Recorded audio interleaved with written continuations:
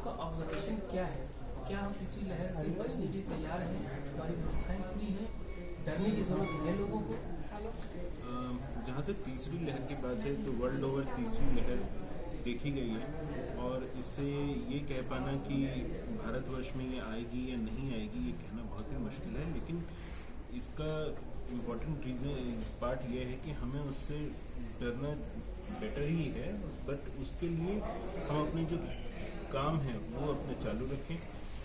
जैसे कि हमें पता चला कि पिछले हफ्ते ही 50% जितने भी बड़े लोग हैं उनका वैक्सीनेशन कंप्लीट हो चुका है, और जिस तरीके से वैक्सीनेशन हो रहा है, तेजी से हो रहा है, उससे ऐसे लगता है कि तीसरी लहर अगर किसी वजह से आती भी है तो अगर वैक्सीनेटेड लोगों में वो कम अफेक्ट कर रही है। तो ऐसे समय पे वैक्सीनेशन करें और अपने आप को उचित मास्क लगाएं तो ज़्यादा इतनी प्रॉब्लम वाली बात नहीं रहेगी, ऐसा लगता है। आने वाले समय में फेस्टिवल सीजन हो जाएगा, हमारे देश में फेस्टिवल होता है, 2 साल बाद लोग फेस्टिवल सेलिब्रेट करेंगे।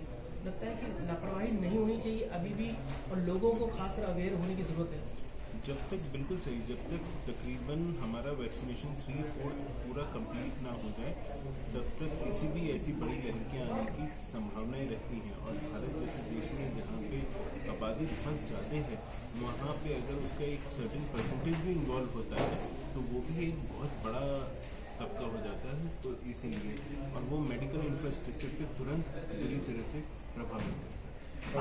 आपका एक्सपीरियंस जो दिल्ली में रहा है, खासकर कोरोना काल की बात करें तो किस तरह से आपने देखा है कि सरकारें किस तरह से कंट्रोल करने में उस वक्त कामयाब हुई? अब उत्तराखंड की बात छोटे स्टेट में आए हैं। देखिए, ऐसा है कि अगर हमारे पास 40,000 बेड हैं और एक साथ हमारे 4 लाख केसेस दिन के आने शुरू हो जाए तो वो हिंदुस्तान में नहीं कहीं पे भी इतने सारे केसेस आ जाते हैं मान लो, तो इतना मेडिकल इंफ्रास्ट्रक्चर कहीं का भी नहीं है जो उसको झेल पाए।